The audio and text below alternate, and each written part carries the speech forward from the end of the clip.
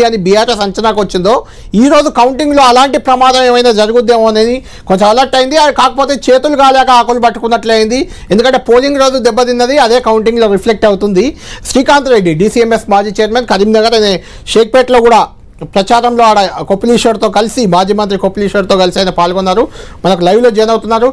శ్రీకాంత్ రెడ్డి గారు ఏం చెప్తారు? షేక్పేట మీరు చూసారు, షేక్పేట కౌంటింగ్ పూర్తయింది. పూర్తిగా అక్కడ కొంత మీకు పోటాపోటీ వాతావరణం కనిపించినా ఎర్రగడ్డ, రేమత్ నగర్, వెంగళరావు నగర్ అసలు దూసుకుపోతుంది కాంగ్రెస్ పార్టీ.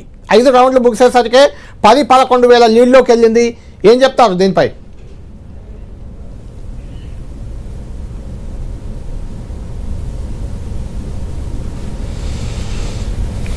రైట్, శ్రీకాంత్తో మాట్లాడదాం. చెప్పాలి సోలంకి గారు, మీరు చెప్పండి. అంటే మొన్నటి ఆరోపణలు, అది బీజేపీ కూడా అక్కడక్కడ ఆరోపణ చేసింది, అధికార దుర్వినియోగం అవుతుంది, అది ఇది ఇలాంటి ఆరోపణలు. సరే, ఓడిపోయిన తర్వాత ఇలాంటివన్నీ రావడం సాధారణం. అయితే ఆ పోలింగ్ రోజే బీఆర్ఎస్ మాత్రం చేసింది, అభ్యర్థి రోడ్డు మీద బైఠాయించారు, అక్కడక్కడ లాఠీ చార్జీలు, బూత్ క్యాప్చర్లు అయ్యాయని ఆరోపణలు.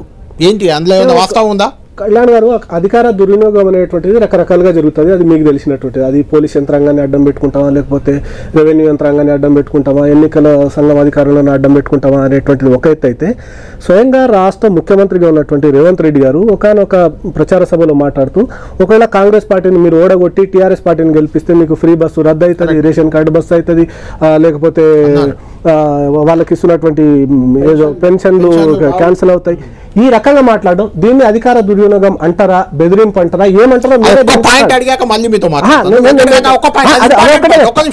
అది మాట్లాడి మీ దగ్గరికి వస్తాను. వెంకట్ గారు, సోలంకి శ్రీనివాస్ గారు చెప్పేది కరెక్ట్, నేను కూడా విన్నాను అది స్పీచ్. అసలు మాగంటి సునీత గెలిస్తే సీఎం అవుతుంది అనుకుని అలా అన్నారా, లేకుంటే దాని ఉద్దేశం ఏంటో నాకు కూడా అర్థం కాలేదు. కళ్యాణ్ గారు, వారు అన్న పర్సెప్షన్ ఒక రకంగా ఉంటే దాన్ని ఇంకో రకంగా పర్సెప్షన్ క్రియేట్ చేసే ప్రయత్నం చేస్తారు.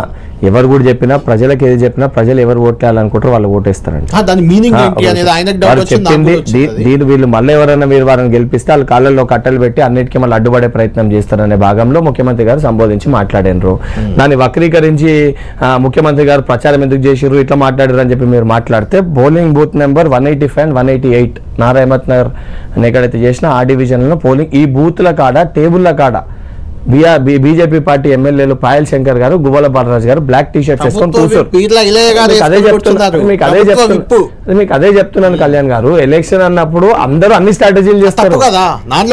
వాళ్ళు అన్నది మరి వీళ్ళు అన్నారు కదా, మరి బీఆర్ఎస్ పార్టీ ఎమ్మెల్యేలు ఉన్నారు. ఒక విషయం,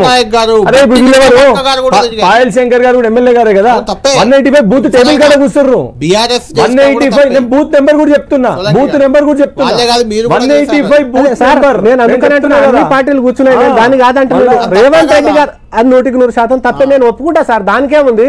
మరి రేవంత్ రెడ్డి గారు మాట్లాడింది తప్పు అని మీరు ఒప్పుకోండి కదా కళ్యాణ్ గారు, తప్పే కదా, మీరు ఒప్పుకోకపోవచ్చు, మీ పార్టీ కావచ్చు,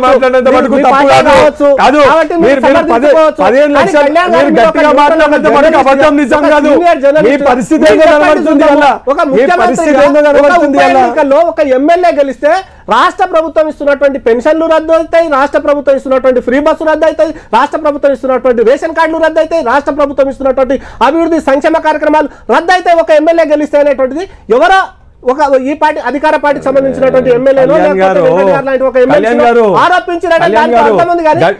ఒక రాష్ట్ర ముఖ్యమంత్రి అమిత్ షా గారు, నరేంద్ర మోడీ గారు ఎక్కడ ఎన్నికలు ఉంటే అక్కడ వేషధారణ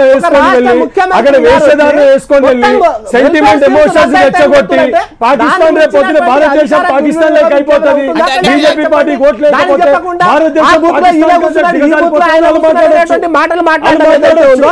అసలు తలకాకి బోడిగుండుకు బోకాలికి అంటే రేవంత్ రెడ్డి గారు అలా బెదిరించారు కాబట్టి ఓటర్లు భయపడి ఓటేశారంటారా? 100% జరిగింది కదా, అదే 100% జరిగింది కళ్యాణ్ గారు, 100% జరిగింది అంటున్నా నేను. రాష్ట్ర ముఖ్యమంత్రి బెదిరిస్తారా కళ్యాణ్ గారు? ఇంకో మాట కూడా చెప్తా కళ్యాణ్ గారు, ఇంకో మాట కూడా చెప్తా కళ్యాణ్ గారు, కళ్యాణ్ గారు ఒక నిమిషం ఇక్కడ వినండి. కళ్యాణ్ గారు